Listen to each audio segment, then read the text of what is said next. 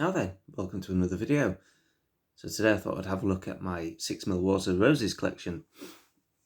I haven't had these on the table for probably a couple of years now. It's one of my largest collections, so this is most of my Yorkists that you can see in front of you. And what I've been doing is trying to reorganise them slightly to use with Hail Caesar. Now the new Hail Caesar book has got a Wars of the Roses army list in it, and I'm kind of going with that, but I'm aware of obviously Martin Seven Sons rules adaptions, which I've downloaded as well, and I'll get those printed out and have a look at those as well.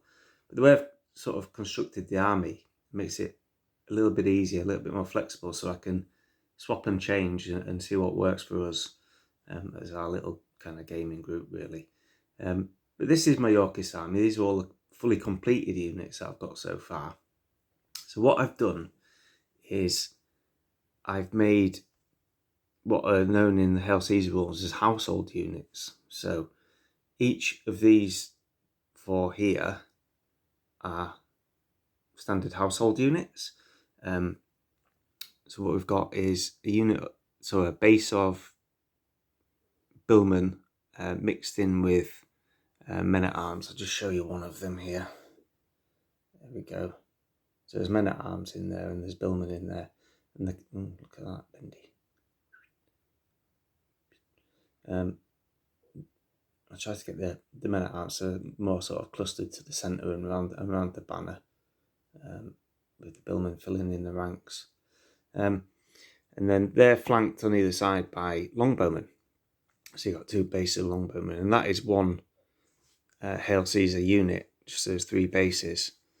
And I believe that's the way most people these days are representing their troops. I've kept them on separate bases for now because I can then make, if I wanted to, I could make sort of a mixed unit of just longbowmen if I wanted, like that. I'm not sure if I'm going to stick with this or not, or whether I'm going to rebase them. Madness how that sounds. But yeah. So what I've got is I've got three battles. Well, four battles, including the cavalry at the back. I know cavalry didn't play a massive part in the Wars of the Roses, but there was a couple of notable exceptions, namely Blore-Heath and obviously Bosworth, where a fair bit of cavalry was used. But it's nice to have them anyway, and if I play a campaign and make up my own sort of battle, then they can fit in, can't they? So what I've got my household units, and then I've got the skirmishing units, which are small. So they're just two bases.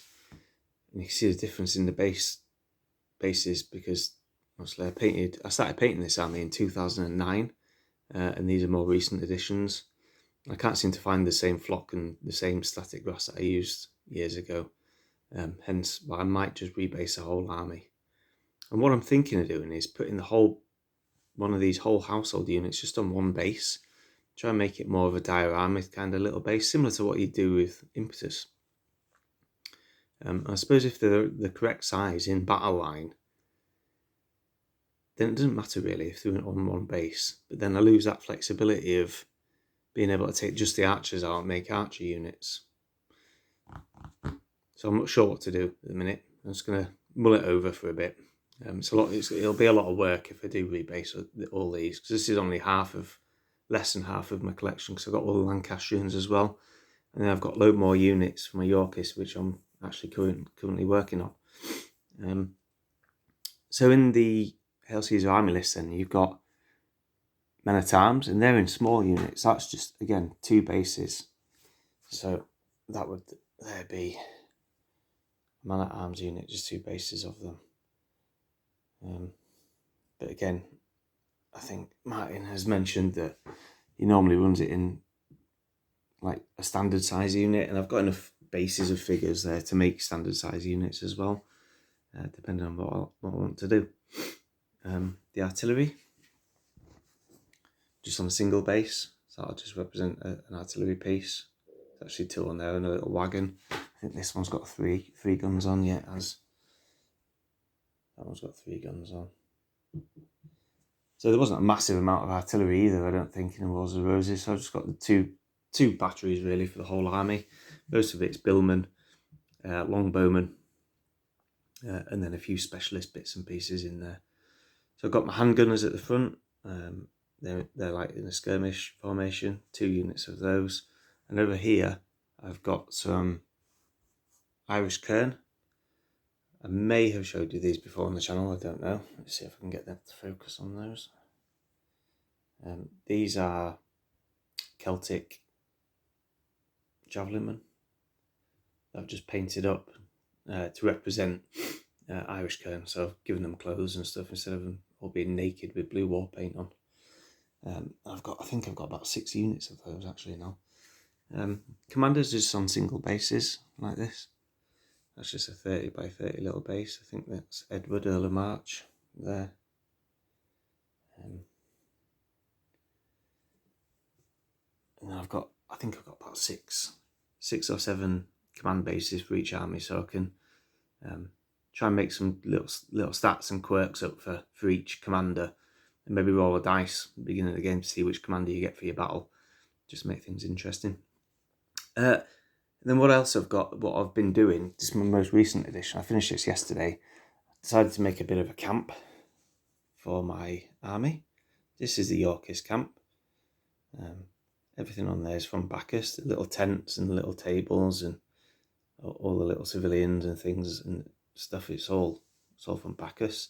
I think these tents are actually colonial tents. So I think I'm not sure if they still sell them. I've had them years, but I thought I'd get them done and get them based up. That's my little camp. Don't really need it, but it's just cool to have on the table, isn't it? So that's my Yorkist army so far. A few bits I'm working on, which I'll show you now.